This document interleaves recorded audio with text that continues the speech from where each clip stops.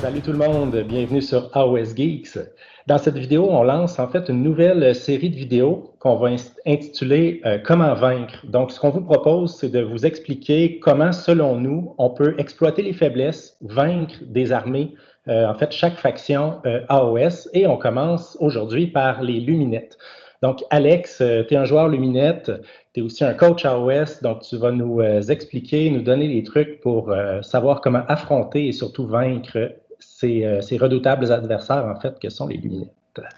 Oui, bonjour les gars, tout d'abord. Bien content de me retrouver encore avec vous sur la chaîne pour cette nouvelle série. J'espère en tout cas qu'on va pouvoir faire vraiment toutes les factions dans le temps, bien sûr. D'ailleurs, pourquoi on a choisi Luminette, une petite parenthèse sur la page Facebook Adeptus Coaching, qui est mon service de coaching. J'ai créé un sondage, en fait, pour voir qu'est-ce que les gens voulaient avoir comme première faction. Et les Luminettes ont été bons premiers. D'ailleurs, je me rappelle bien, c'était aussi Idonet et Daughters of Cain. 2 ou 3. Fait qu'on voit vraiment que les ailes, présentement, ont la cote dans le méta, si on veut. C'est les gros méchants. Oui, exactement. Donc, ouais, c'est ça. On va avoir une série Comment vaincre. C'est pas l'idée, en fait, ce que ce ne sera pas. Ce ne sera pas. Parce que c'est impossible d'avoir un Comment vaincre pour les 20 quelques armées qui existent contre une seule faction.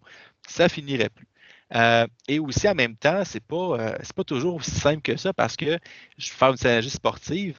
On peut bien avoir un plan pour comment vaincre Tom Brady au football américain, mais la réalité est que il y a des armées qui sont très, très, très fortes et qui sont très, très difficiles à jouer, dont les Luminettes.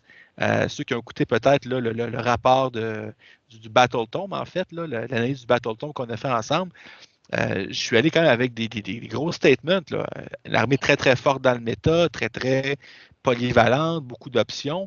Donc, c'est sûr que ce n'est pas une pièce facile. Hein, ce n'est pas une armée facile à jouer, mais il y a quand même certaines failles à exploiter. Fait que moi, ce que je propose en fait aux auditeurs, c'est vraiment, oui, c'est comment vaincre, mais on va regarder en fait les forces et les faiblesses de chaque faction, en commençant par les Luminettes, bien sûr, et on va regarder justement comment les exploiter. Et l'idée, c'est que vous, votre armée que vous jouez, telle faiblesse, je pense qu'avec mon armée, je suis capable de l'exploiter. Fait que c'est vraiment d'aller chercher, telle affaire, OK, je pense que je suis capable, celle-là moins, parce que mon armée n'a pas ce qu'il faut pour être capable de faire telle ou telle stratégie. Donc, c'est vraiment ça qu'on va développer, c'est vraiment les forces et les faiblesses d'une armée tout au long de cette série-là. Puis d'ailleurs, Vincent, moi et toi, Alex, à 3, on joue quand même on maîtrise une bonne diversité d'armées, donc ça va nous permettre de renchérir puis d'arriver avec des points spécifiques. Si tu joues Daughters of Cain, si tu joues Bones Reapers, si tu joues Caradron, voici quelles petites nuances on doit apporter. Donc, on devrait être capable de donner quand même des indices ou des trucs pour vraiment une belle diversité d'armées. Absolument. Donc, si vous voulez, on peut commencer avec les forces des Luminettes. Qu'est-ce qu'ils font de bien? Qu'est-ce qu'ils font de bien, en fait? En fait, c'est pas compliqué. Tout. C'est tout simple que ça. Ils font tout bien. Ils sont présents vraiment dans chacune des phases. Ils sont capables de générer une quantité vraiment impressionnante de blessures mortelles. Peuvent, avec les nouveaux ajouts, en fait, du Battle Tome, du nouveau Battle Tome ou Teclis, peu importe de quel côté vous rangez, mais la vitesse. La vitesse qui était un gros défaut de cette liste-là, mais plus maintenant avec la portion Huracan qui vient, et les nouvelles villes également, Alumnia entre autres, qui vient ajouter une capacité de mouvement à ces armées-là. Beaucoup, beaucoup de magie aussi, donc autant des sorts qui sont vraiment intéressants, diversifiés, polyvalents, vraiment très, très boîte à outils. 3 domaines de magie plus les sorts sur les War Scrolls de chacune des pièces. Donc, il y a vraiment du choix et on peut vraiment construire autour de ça. Et on sait qu'il y a beaucoup de joueurs qui ont eu une réaction négative face à la sortie de ce Battle Tome-là. On a vraiment l'impression que c'est une armée qui va être très difficile à affronter, qui va être frustrante en fait pour les adversaires. Donc, Alex, comment est-ce qu'on affronte les lunettes? C'est sûr que ça va paraître un petit peu drôle ce que je vais dire, mais un des problèmes, un des défauts du Battle, un des défauts, je ne vais pas dire défaut, mais je dirais une des lacunes peut-être, c'est que tout est tentant de jouer, mais dans une armée de 2000 points, on ne sera pas capable de tout inclure. Donc, oui, Luminette a une réponse à tout, mais absolument tout. Vous voulez avoir vraiment de l'anti-magie, Teclis est là pour vous. Vous voulez, en fait, dominer une phase de magie, point, la vôtre ou celle de l'adversaire, Teclis est là pour vous. Vous voulez avoir de la mobilité, vous avez Huracan, vous avez des Downriders. Vous voulez avoir de la résistance à l'arrête. Vous voulez avoir des blessures mortelles, Vanari. On a de tout. Mais tout ne sera pas dans la liste. Donc, il faut savoir lire la liste de son adversaire puis voir les faiblesses. Tout à fait. En fait, première, entre guillemets, faille, si on veut, c'est, comme tu viens de le dire, Yann, savoir le rôle de chaque unité. Il n'y a pas, en tant que tel, l'expression anglophone, excusez-moi les gars, mais un gros beat stick. Il n'y a pas un archaon, il n'y a pas un modèle qui peut vraiment aller et tout détruire. Tout détruire. On n'a pas ça. C'est pas comme ça que les lunettes fonctionnent. Donc, l'idée, c'est que chaque unité, et c'est un petit peu, à l'époque, quand je jouais 40 000, il y a plusieurs années, c'est un petit peu comme ça que les Eldar fonctionnaient aussi à mon époque. C'est peut-être plus qu'aujourd'hui, je ne sais pas, là, mais chaque unité était très, très spécifique dans son rôle. Mais c'est encore ça aujourd'hui avec les luminettes. OK, on va avoir les Downriders qui sont très, très bons contre des hordes, mais qui sont très, très moyens contre tout le reste. La portion Vanari est quand même, qui devrait être un peu le squelette de base de votre armée, des lanciers, des archers, des cavaliers. Ça, c'est tout à fait généraliste. Ça va être bon contre tout. Ça fait des blessures mortelles, c'est un mouvement raisonnable. Je pense que les archers, pas besoin de faire le topo, vous savez à quel point c'est bon pour tuer les héros ennemis, ces choses-là. Mais lorsqu'on va dans les différentes unités de support, Alarit, les Stone Guard, les Spirit of the Mountain, c'est de la résilience. Ça ne frappe pas tant que ça. Oui, les spirits vont frapper. Un seul rand, pas tant d'attaques que ça, mais ça va encaisser. Par contre, on sacrifie énormément de mouvement. Huracan, c'est un petit peu l'inverse. C'est du mouvement à côté, mais pas de blessure mortelle, pas de magie, pas beaucoup de résistance. On parle de 5 plus d'armure sans vraiment avoir de façon d'améliorer ça, à part par un quartz. Donc, c'est vraiment, on va devoir choisir comment on va construire l'armée. Et plus on va inclure des pièces qui sont intéressantes, on pense entre autres à Teclis, on pense à Sévirette, on pense à Avalanor, ben, juste ces 3 pièces-là, on est déjà à près de 1300 points. Donc, si on veut inclure vraiment beaucoup de choses, on fait des sacrifices. Et souvent, les sacrifices vont se faire en nombre de figurines. Vont se faire en, je vais sacrifier l'aspect mobilité. Je vais avoir une unité de cavalerie, peut-être 2. Et c'est là qu'on peut exploiter. Fait que bien lire l'armée adverse. Est-ce que le joueur, en fait, il y a 3 builds très, très généraux qui peuvent se dessiner. Un build qui est plus, entre guillemets, standard, axé sur la portion Vanari, donc la portion pratiquement de base, les archers, les lanciers, les cavaliers, avec ou sans Teclis. Catalar, ça te auto-inclut dans toutes les listes, je pense, au minimum 1. Donc, ça, c'est une armée qui est plus all-comer. Donc, qui ne sera pas nécessairement ultra agressive, mais qui va être capable de générer une quantité intéressante de blessures mortelles. La portion Alarit, peu de mouvement, beaucoup de résilience. Huracan, beaucoup de mouvement, très peu de résilience. Donc, être capable de lire, de décrypter le style de jeu de la liste va être intéressant, je pense, selon moi. Ça, c'est l'aspect 1, si on veut. D'accord? Oui. Deuxième faille, en fait, de ce livre-là. Et ça peut paraître un petit peu bizarre, surtout avec une armée qui peut générer beaucoup de blessures mortelles, surtout par les archers, entre autres. Mais il faut laisser, surtout si l'armée adverse est composée en grand nombre d'unités Vanari. Donc, Vanari, juste faire un très topo rapide, là, blessure mortelle sur des 6 avec possibilité à 5-6 avec le sort, Power of Ish, mais aussi la règle Shining Company. Donc, tant que les figurines sont cohérentes, sont collées avec 2 autres figurines d'immunité, moins pour les toucher, peu importe la phase. Mais je ne peux pas courir, je ne peux pas charger et je pile-in d'1 pouce. Donc, l'idée, en fait, et ce sont des unités, surtout je parle des lanciers, qui sont extrêmement défensifs. Donc, des bonus lorsqu'on se fait charger. Donc, une des erreurs que beaucoup de joueurs font, c'est de charger dans les unités Vanari. C'est d'être agressif contre ces unités-là. Alors qu'au contraire, je veux justement que ces unités-là viennent à moi, brisent leur Shining Company, parce qu'une fois que c'est brisé, très très peu de résilience. 1 point de vie ou 2 pour les Downriders, 4 plus d'armure. Oui, je peux avoir Letter Quartz. J'ai d'autres outils qui me permettent d'augmenter leur résilience, mais somme toute, c'est pas fantastique. Donc, briser la Shining Company et devenir les agresseurs, perdre leur bonus et les forcer à venir prendre des objectifs. Parce que ça, en fait, c'est en lien avec ma 3e faille. Et Luminette est une armée, c'est une armée qui nécessite une grande cohésion physique sur la table. Parce que la plupart des buffs, c'est une zone d'effet. OK? Donc, plus je vais étirer mes lignes, plus je vais devenir l'agresseur, plus je vais scinder mon armée, moins je vais avoir accès à ces bonus-là qui vont se cumuler. Je pense entre autres aux bulles de 5+ invulnérables, comme par exemple avec Tickless ou avec le sort du domaine de Ish. Je pense entre autres au moins tweet d'Avalanor ou de Spit of the Mountain. Donc, on va avoir, plus je m'éloigne, et surtout, la Catalar aussi, avec ses habiletés pour immuniser le Battle Shock, ces choses-là, plus je m'éloigne, plus je deviens agresseur, bien, plus je sacrifie, ma Shining Company, et deuxièmement, je m'ouvre à avoir moins de buffs à ce niveau-là. Et c'est là que je pense qu'une armée luminette peut se faire tailler en pièces lorsqu'on divise l'armée. C'est ma 4e faille. Mais ça, je t'écoute. Donc, de façon générale, tu dirais, c'est souvent les scénarios, bon, on va avoir des objectifs à droite, à gauche, au centre. C'est ça. Fait aller chercher les flancs pour obliger le joueur luminette, au moins à choisir un des deux côtés, puis il y a un côté qui sera plus protégé, qui sera plus dans les bulles de protection, puis tout ça, là. Exact. Si on a les moyens de faire, en fait, c'est forcer les luminettes, parce que oui, il y a du mouvement avec les Huracans et Dawnriders, puis c'est du très bon mouvement, il ne faut pas se cacher, là.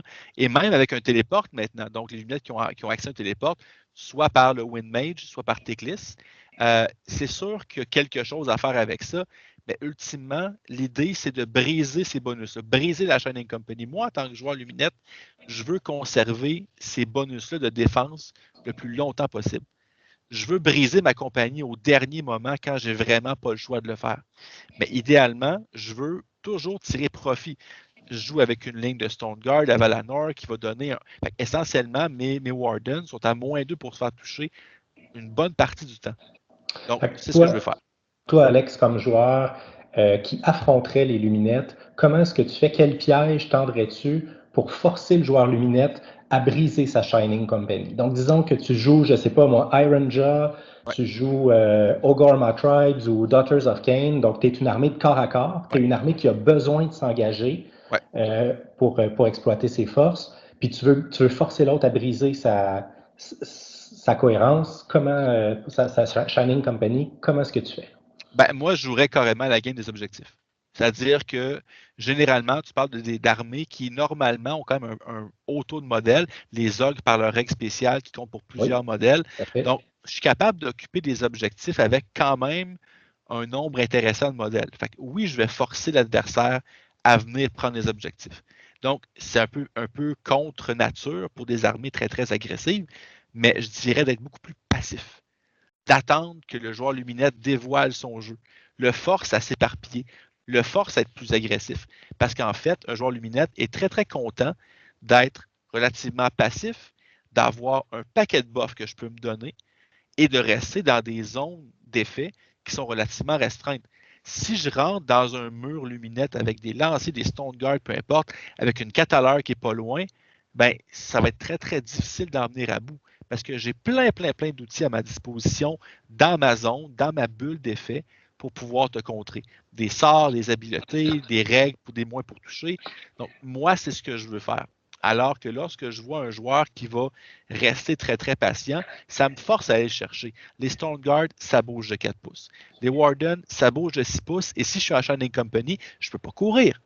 Donc, peut-être une précision intéressante, je ne peux pas, une unité qui débute en Shining Company, je ne peux pas décider de briser ma compagnie et de les faire courir.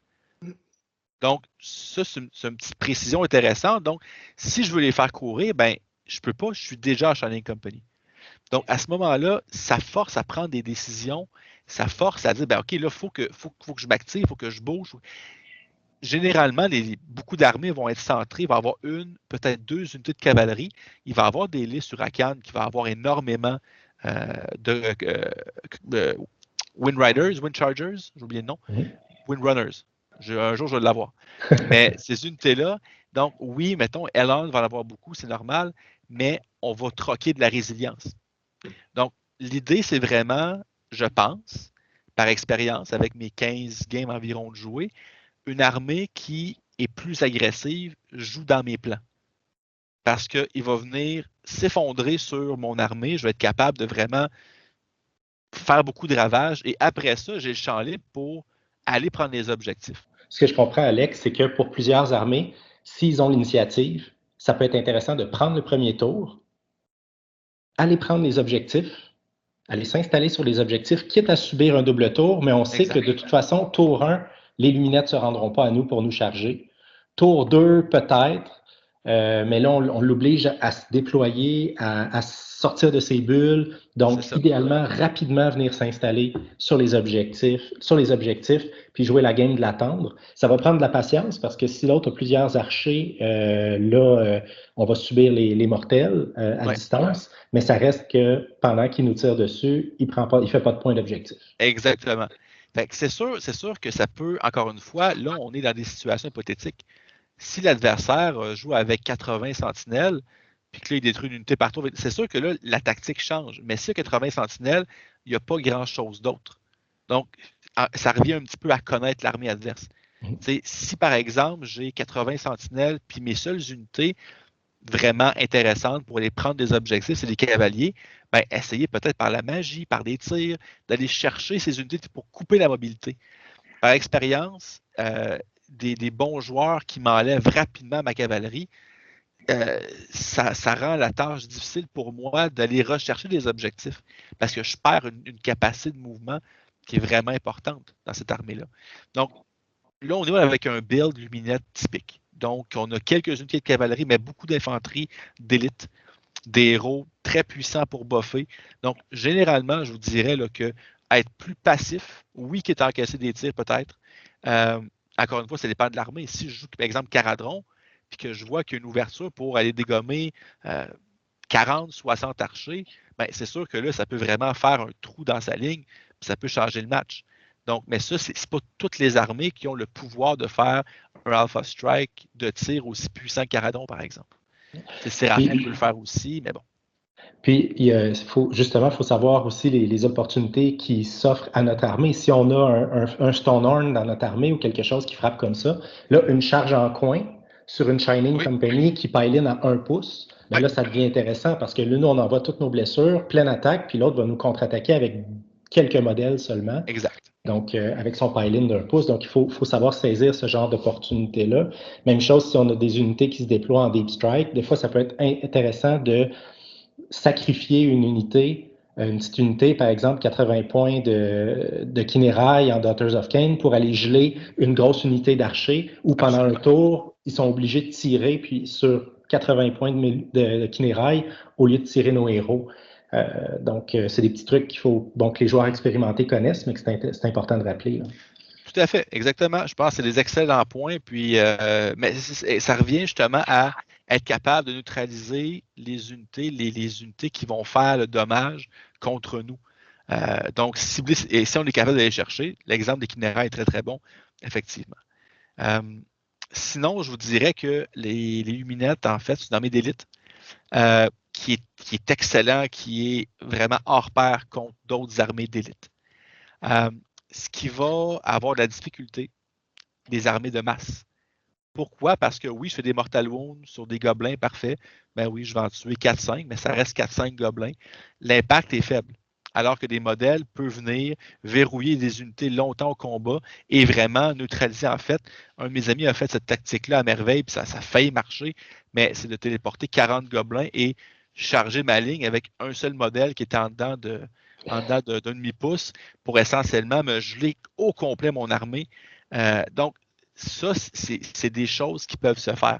Des armées de masse, les luminettes vont faire du bon dommage, mais en tant que tel, le dommage vient principalement des blessures mortelles. Donc, oui, c'est sûr que quand j'ai une unité, exemple de, je ne sais pas moi, j'ai un Mangler à 12 points de vie, c'est sûr que les blessures mortelles, ça va aller vite. Mais ultimement, j'ai pas nécessairement, comment je dirais ça? Ultimement, si j'ai beaucoup de modèles, l'impact des blessures mortelles va être grandement amoindri. Généralement, ce n'est pas des modèles qui ont une grosse sauvegarde, donc blessure mortelle ou non, c'est pas si pire. Et surtout, c'est la masse d'attaque que je vais lancer, malgré un -1, malgré un -2, ben, éventuellement, ça va passer. Et les pertes que je vais subir, là, je perds ma Shining Company. Là, je peux perdre d'autres modèles. Et surtout, si je les laissé venir à moi, je suis trop loin de la cataleur, peut-être. Je suis trop loin d'avoir un 5+, ça ignore les blessures. Donc, c'est tout ça qui se cumule. Fait que je pense que les armées de masse peuvent aussi avoir un impact positif contre les luminettes, je pense. Et finalement, dernière façon d'exploiter un peu, ben, c'est pas donné à tout le monde, c'est sûr, mais les armées qui ont accès de façon élargie à des sauvegardes, après sauvegarde, dans le fond, à des habiletés qui ignorent les blessures. Je pense entre autres à Nurgle au niveau des démons. Je pense entre autres aux Fire Slayers. C'est des armées qui vont donner du fil à retordre aux luminettes. Parce que justement, le dommage ne vient pas assez. On ne fait pas assez de dommages. Et au combat, ben, ça reste qu'une unité de Warden, c'est 10 points de vie à 4 plus sauvegarde. Donc, il suffit de quelques dommages qui passent. Je veux dire, 2 hordes de 20 Earthguard Berserker contre des luminettes, c'est pas un très très bon match-up que je peux mettre en réserve, les faire arriver par un tunnel. Tu sais, il y a plein de façons d'accélérer tout ça. Fait que c'est sûr, et je fais des blessures mortelles moi aussi, ce qui est luminette, c'est aussi le talon d'Achille. Tu sais, oui, il y a un sort qui fait ignorer les blessures, mais grosso modo, c'est pas une faction qui adore les blessures mortelles non plus.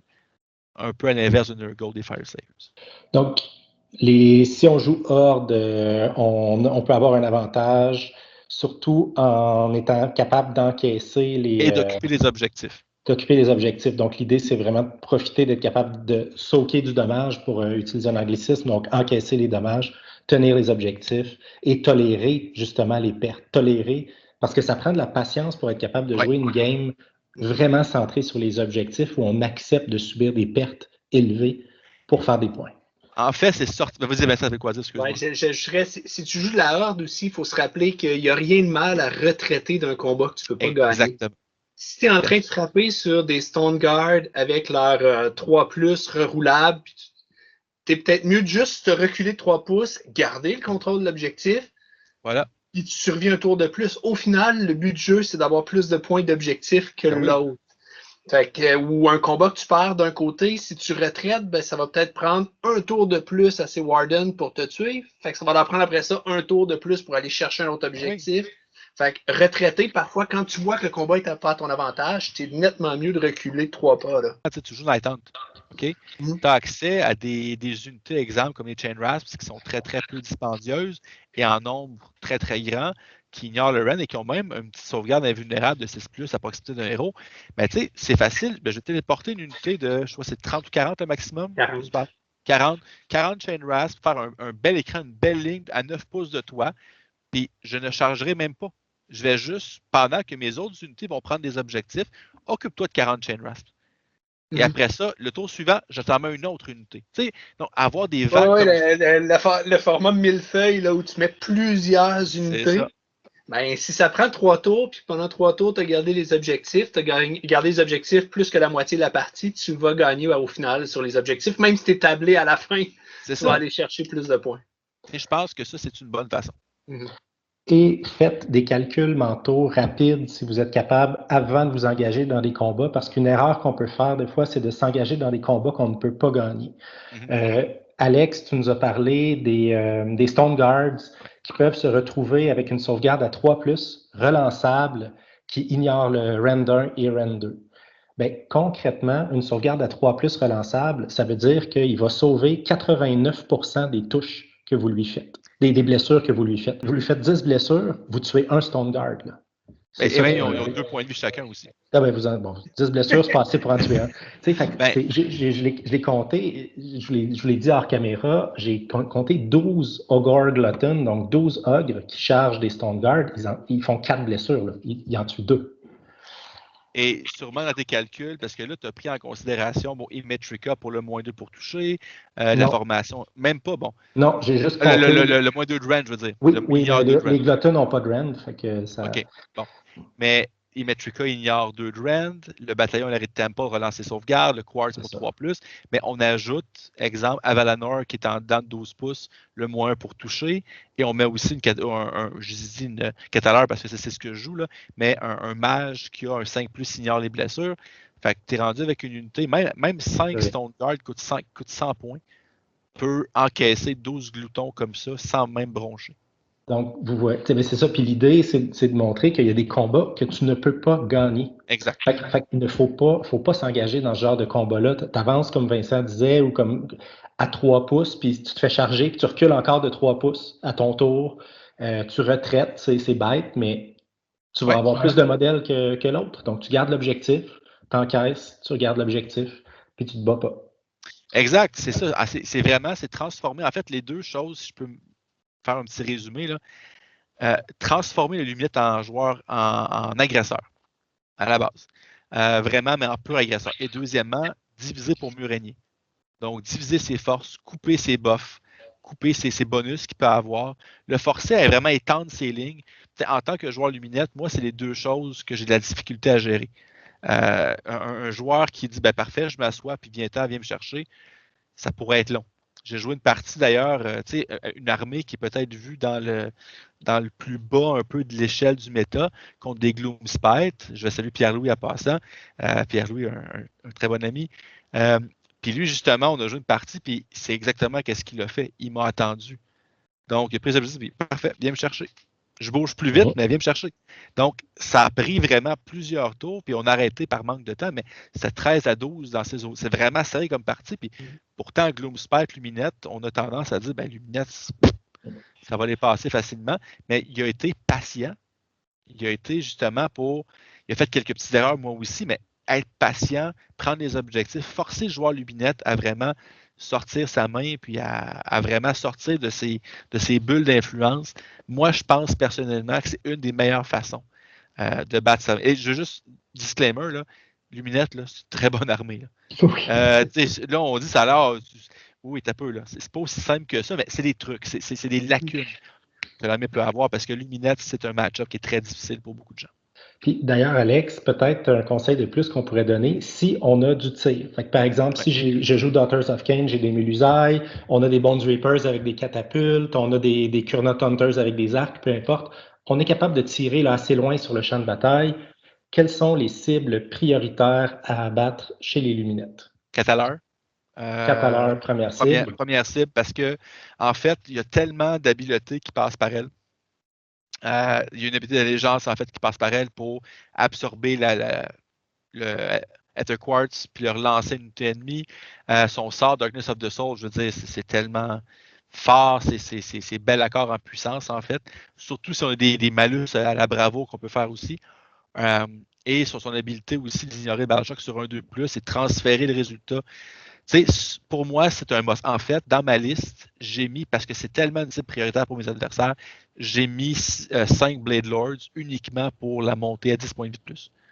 Parce qu'elle est à ce point-là névralgique, je pense, au fonctionnement global de l'armée, sans compter le sort qu'elle peut avoir aussi dans mon build que je fais. J'y mets l'artefact Silver One, elle peut faire 2 sorts. Fait que souvent, elle va faire son sort Darkness of the Soul et Protection of Ish, 5+, ignore les blessures. Et vraiment, au milieu, elle se promène et est protégée par 5 Blade Lord. Elle me coûte 260 points, essentiellement, mais c'est un must. En fait, il n'y a pas d'autre chose. Sinon, ça dépend vraiment, en fait, de l'armée. C'est une armée qui est très peu mobile, que une ou deux unités de cavalerie, couper la mobilité. Enlever les Dawn Riders ou les Hurricanes, enlever ça. Sinon, je dirais, s'il y a beaucoup de tirs, enlever des archers peut-être, pour justement forcer à venir chercher les objectifs sans devoir se fier en fait sur du tir. Fait que je pense qu'en priorité, c'est ça. En fait, tout va vers forcer le joueur Luminette à aller vous chercher. Et je pense que ça passe par la cataleur, ça passe par la cavalerie et ça passe par les archers. Alors, ça fait le tour un peu des conseils qu'on avait à donner pour vaincre les Luminettes. N'hésitez pas, si vous avez d'autres, si vos auditeurs ont justement d'autres conseils, n'hésitez pas à les écrire dans le descriptif ou dans les commentaires, en fait. C'est vraiment intéressant de bâtir un peu un genre de consensus de la communauté sur des trucs qu'on pourrait utiliser aussi. Là. Oui, tout à fait. Partagez vos trucs, vos expériences en commentaire. Laissez-nous savoir aussi si vous appréciez cette nouvelle série de vidéos-là. Là. Nous, on prévoit faire d'autres vidéos pour discuter de comment vaincre d'autres méchants du méta. Les prochaines vidéos seront probablement les Idonettes et les Daughters of Cain en suivi du sondage. Ou les Sylvanettes, on n'a pas encore décidé. Ou les Sylvanettes. Il y a les Beasts of Chaos aussi qui causent beaucoup de problèmes à beaucoup de gens. Très clair. Très clair. Oui. Alors voilà, merci de nous avoir écoutés. N'oubliez pas de nous laisser un petit pouce en l'air si vous avez apprécié. Et sur ce, bon wargaming.